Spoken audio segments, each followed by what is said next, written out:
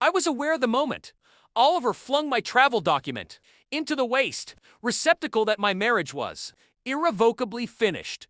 The sound of the cover hitting the trash bin was far louder than it should have been. It wasn't just paper falling, it was respect, it was affection. It was the pretense dissolving. And precisely on cue, his mother, Eliza, entered the apartment as self-satisfied as a sovereign entering her court. "I'm embarking on a journey with my son," she declared, her eyes shining with victory. Her tone was like a dagger, sharp and purposeful. "You stay at the residence." Oliver didn't even appear ashamed. "She's correct. I financed every element. You must heed me." I couldn't help it. I burst into laughter, not because the situation was humorous, but because they had no comprehension. Every single dollar spent on that excursion was mine. When I first encountered Oliver, I truly believed I had found security. He was charming, attentive, the sort of man who made pledges with steady gaze and gentle hands. After years of deception from people I trusted, I desperately wished to believe him. I paid for meals, I paid for furnishings. I even assisted him in settling liabilities. He never mentioned, until after we exchanged vows.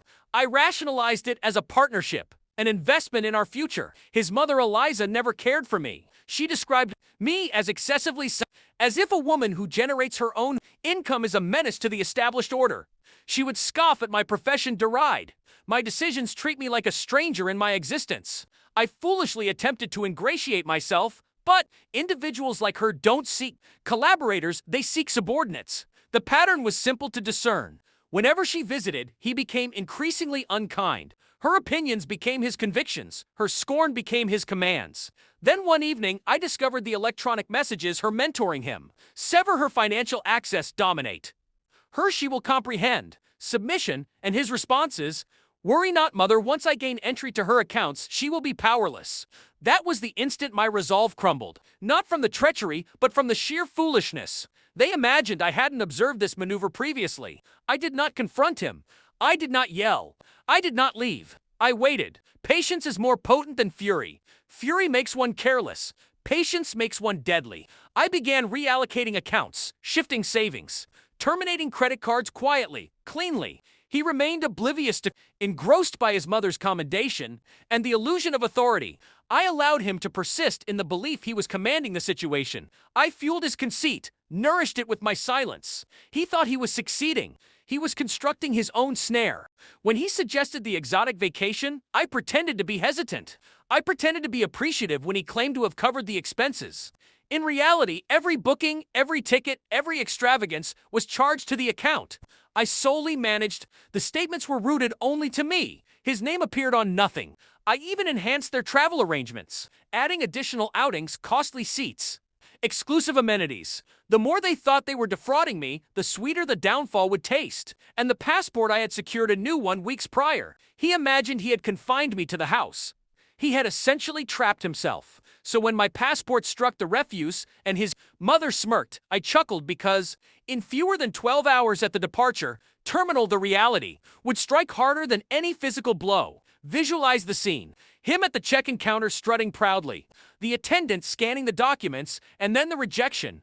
His credit card denied his name, absent the excursion, all of it secured under my identity, all of it unattainable without me. The getaway was not his. It never was. It was mine, a favor he presumed he had stolen. And when the airline requested the genuine passenger, when his mother realized every lodging, every organized activity, every luxury belonged to me, their expressions must have flared hotter than the tropical sun they would never experience. The telephone calls began at first light. Missed communication after missed communication. His phone, her phone. Finally, I accepted the call. Silence initially, then, his voice shaking with anger. "You deceived me." "No," I stated calmly. "I merely permitted you to demonstrate your genuine nature." His mother shrieked in the background, a sharp, desperate sound. "Ungrateful? Wicked?"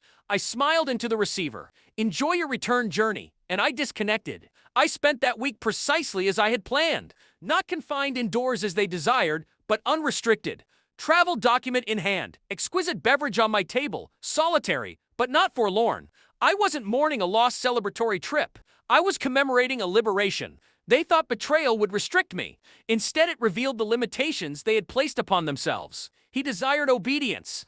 She desired supremacy. All they received was one another. And I obtained the ultimate vindication, financed entirely by their own arrogance. Ultimately, I grasped one thing. I was not discarded. I was liberated. And that independence was worth every cent of the trip they failed to take.